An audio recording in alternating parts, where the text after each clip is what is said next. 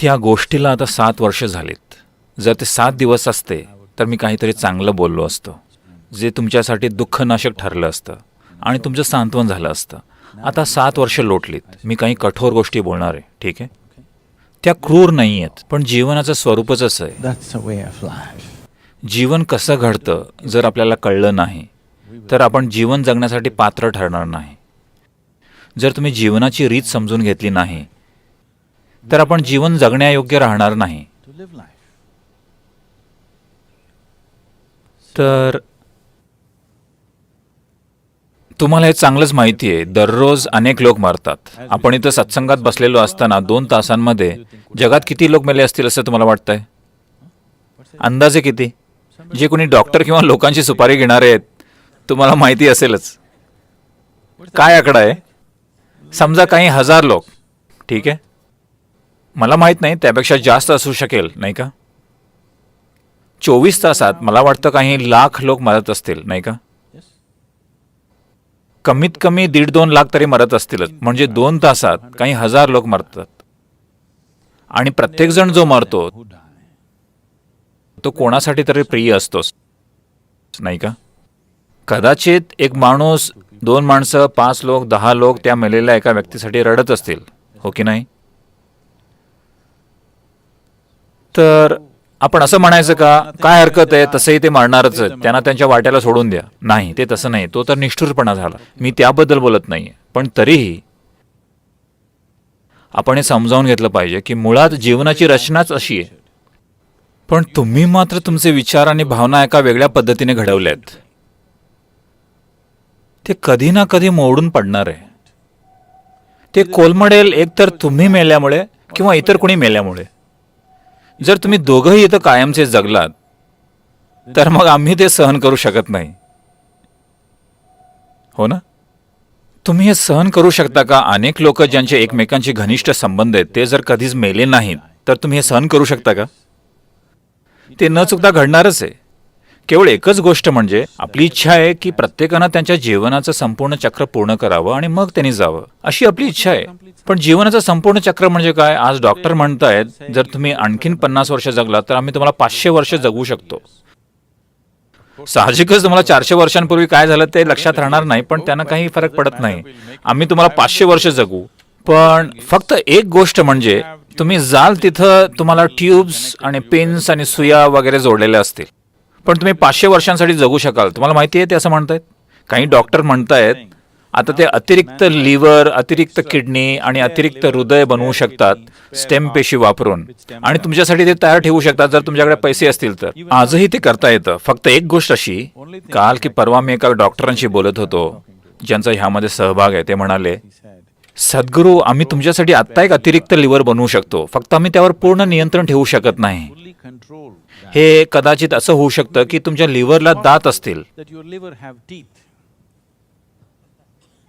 कसं होईल जर तुमचं लिव्हर तुम्हाला आतून चावलं तर?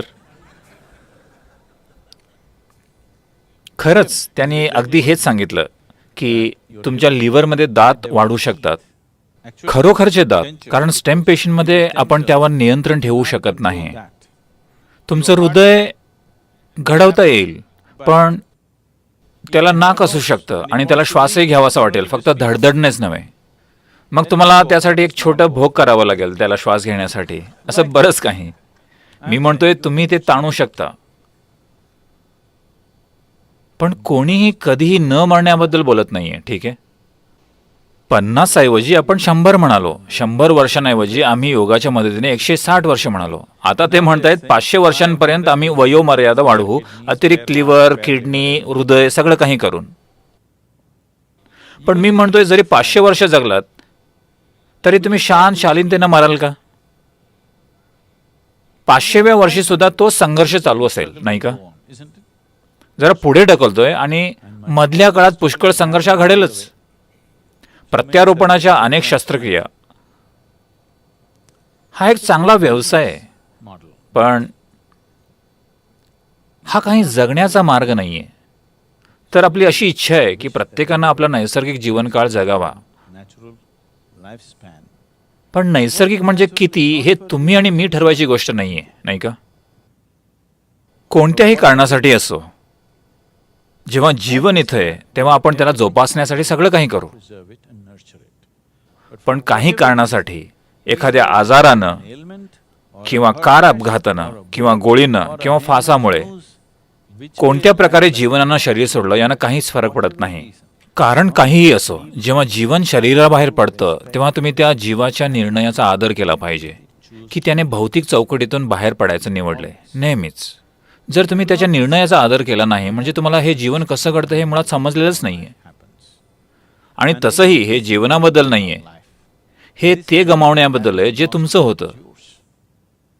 कोणीतरी त्यांचं घर गमावलं, ते त्याबद्दल 7 वर्ष रडतायत. कोणी लाखो डॉलर्स गमावले, ते त्यासाठी 14 वर्ष रडतायत. हो की नाही? हो की नाही? तर प्रश्न हा तुझ्या भावाचा नाहीये, प्रश्न दुसऱ्या जीवाबद्दल नाहीये.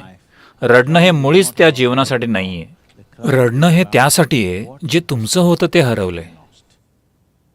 तर हेच मी त्याला सांगत होतो. मूल अजून 4 वर्षांचं आहे. पहिली गोष्ट म्हणजे त्यावर आपली मालकी हक्क नाही हे शिकणं, कारण ते तुमचं सुद्धा नाहीये, ते तुमचं कधीच नव्हतं.